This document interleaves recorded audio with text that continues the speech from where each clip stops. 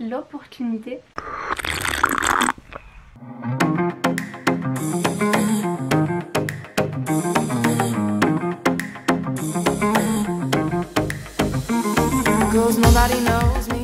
Hello, bienvenue sur ma chaîne pour une nouvelle vidéo. Aujourd'hui on va faire une vidéo sur une girl boss qui s'appelle Eva Chen. Alors au début j'avais fait cette série, je l'avais appelée Femme inspirante, mais j'ai décidé de changer entre temps pour girl boss, plus court et plus parlant.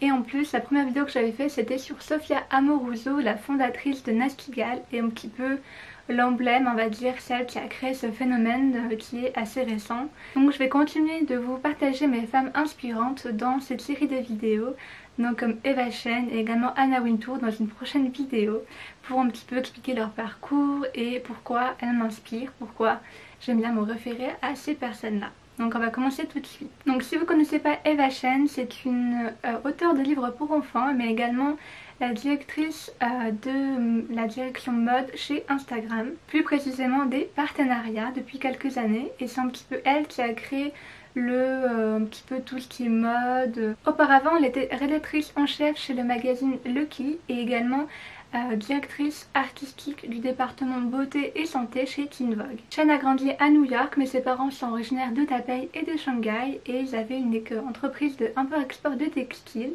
Et sa passion pour la mode vient de sa maman. Elle a étudié à l'école Berkeley et également après elle a étudié à l'université de Johns Hopkins où elle était pré-med. Pré-med c'est un petit peu le terme médical. Plus précisément c'est un cursus que les étudiants suivent au Canada et aux États-Unis pour ensuite faire leurs études dans la médecine. Donc Eva vient d'un milieu assez aisé, mais pourtant au tout départ elle n'était pas du tout bercée pour travailler dans le monde de la mode. Lorsqu'elle était à l'université, elle a fait un petit stage chez Harper Bazaar. Après avoir obtenu son diplôme, elle a également travaillé Cravat, Swain & Moore, puis elle a travaillé pour le magazine de shopping Lucky. Au départ elle était engagée pour travailler dans le département un petit peu shopping, donc pour enregistrer les prix des différents produits et de gamme, et au final elle est devenue rédactrice en chef de ce magazine qui était assez récent à l'époque, donc c'était je crois en 2012. Puis elle a travaillé dans le magazine Elle au département beauté, puis elle s'est dirigée donc chez Teen Vogue où elle est devenue un petit peu conseillère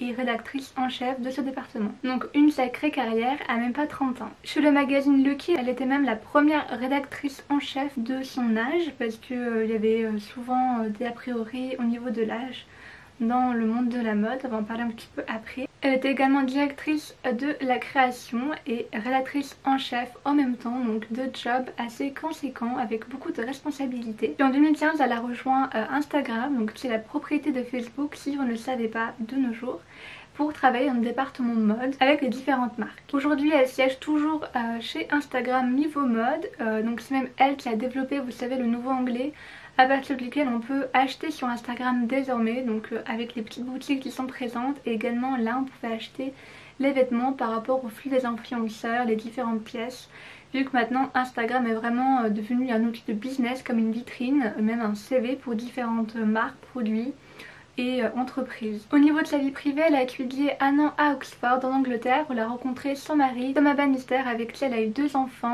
Ren et Tao, qu'on peut très souvent voir sur son Instagram. Alors maintenant j'aimerais vous expliquer un petit peu pourquoi elle m'inspire. Donc je crois que je l'ai découvert au moment de Teen Vogue. Je m'intéressais un petit peu, je crois vers l'âge de 15 ans, tout ce qui est mode. Je lisais énormément de blogs à ce moment là, c'était un peu l'essor des blogs. Et j'aimais bien chercher des différentes blogueuses ou même personnalités de la mode, en connaître davantage, et ce qui m'inspirait beaucoup c'était un petit peu son parcours professionnel. On peut être à la fois une femme d'affaires et être également une maman accomplie, ce qui est assez dur aujourd'hui de nos jours.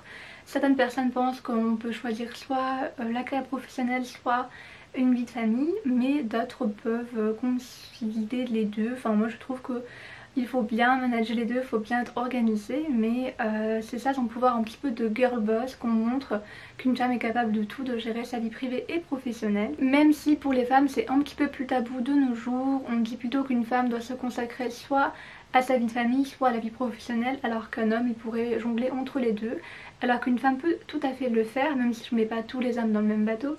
Mais on dit c'est soit l'un soit l'autre. Après chacun en fait c'est plutôt une choix de vie, de carrière. Soit on consacre sa vie à sa carrière, soit on la consacre à sa famille, et qu'on peut pas avoir les deux. Même on peut voir les grandes personnalités de la mode, par exemple je pense à Rachel Zoe, donc je vais également faire une vidéo sur elle prochainement. On peut voir, elle a fait une télé-réalité je crois, bon, qui est assez vieille de maintenant. Je crois que c'était dans les années 2009-2012 où on voyait un petit peu de sa carrière de styliste pour les stars, également sa vie de famille, que c'était assez compliqué à gérer les deux. Même si on va pas se le mentir, elle a quand même les moyens d'avoir des nounous, mais bon, c'est toujours mieux d'élever ses enfants sans les nounous, enfin avoir sa propre d'éducation. Mais ça après c'est un long sujet à débattre. Et également je voulais la comparer un petit peu à la Anna Wintour.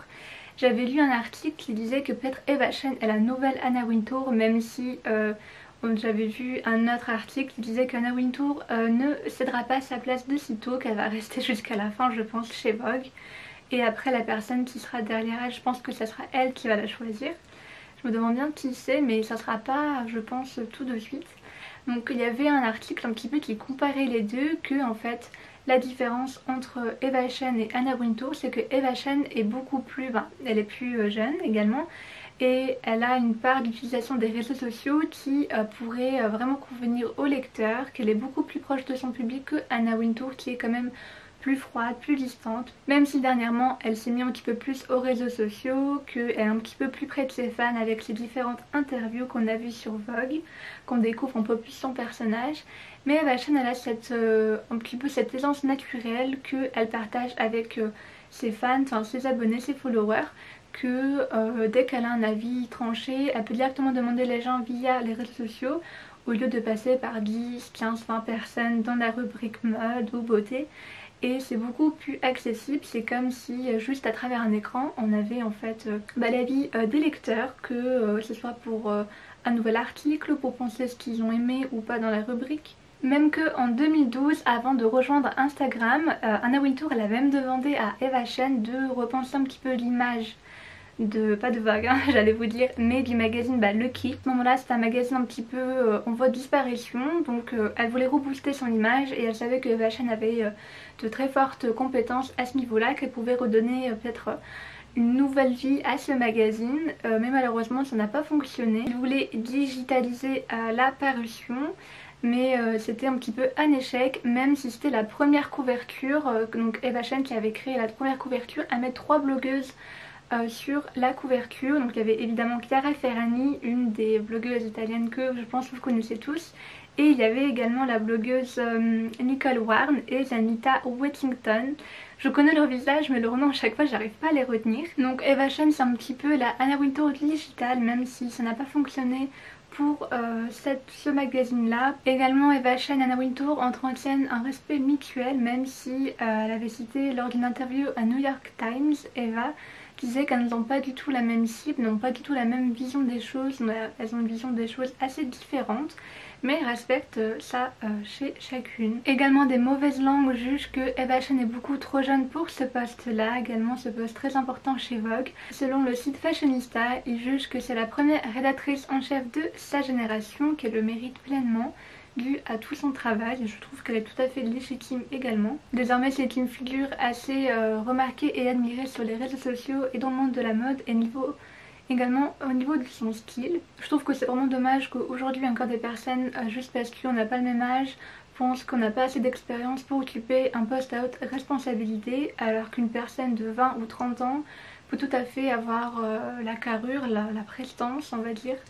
Elle peut tout à fait convenir à un poste d'une personne beaucoup plus âgée, même que certaines postes, même dans certains secteurs, je pense par exemple aucun rapport avec la mode, mais au niveau de la politique, les présidents aussi âgés comme Trump ou Joe Biden de plus de 70 ans devraient être à la retraite depuis longtemps, même s'ils sont en bonne forme. Mais je trouve qu'un pays dirigé par une personne assez plus jeune serait mieux, parce qu'il n'y a pas les mêmes mentalités, l'évolution des actualités, il y a beaucoup de choses qui évoluent et les anciennes générations parfois ne comprennent pas tout.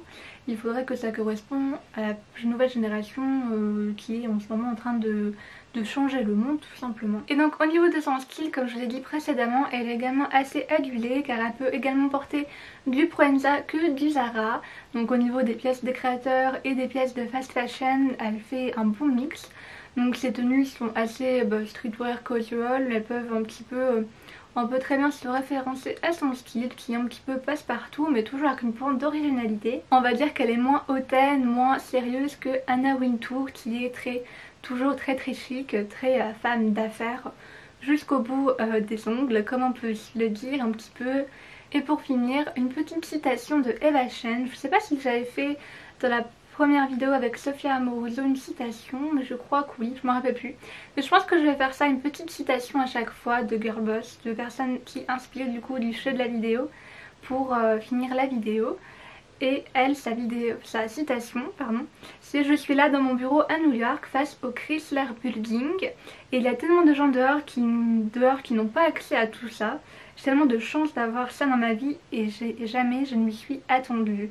En gros, elle veut saisir la chance qu'elle a, l'opportunité pour partager aux personnes qui n'ont pas accès au niveau du style, de la mode, tout ce qui s'y relie. En tout cas, j'espère que cette vidéo vous a plu et n'hésitez pas à me dire, vous, les personnes qui vous inspirent en commentaire. Et on se retrouve très bientôt sur ma chaîne pour d'autres vidéos. Bye!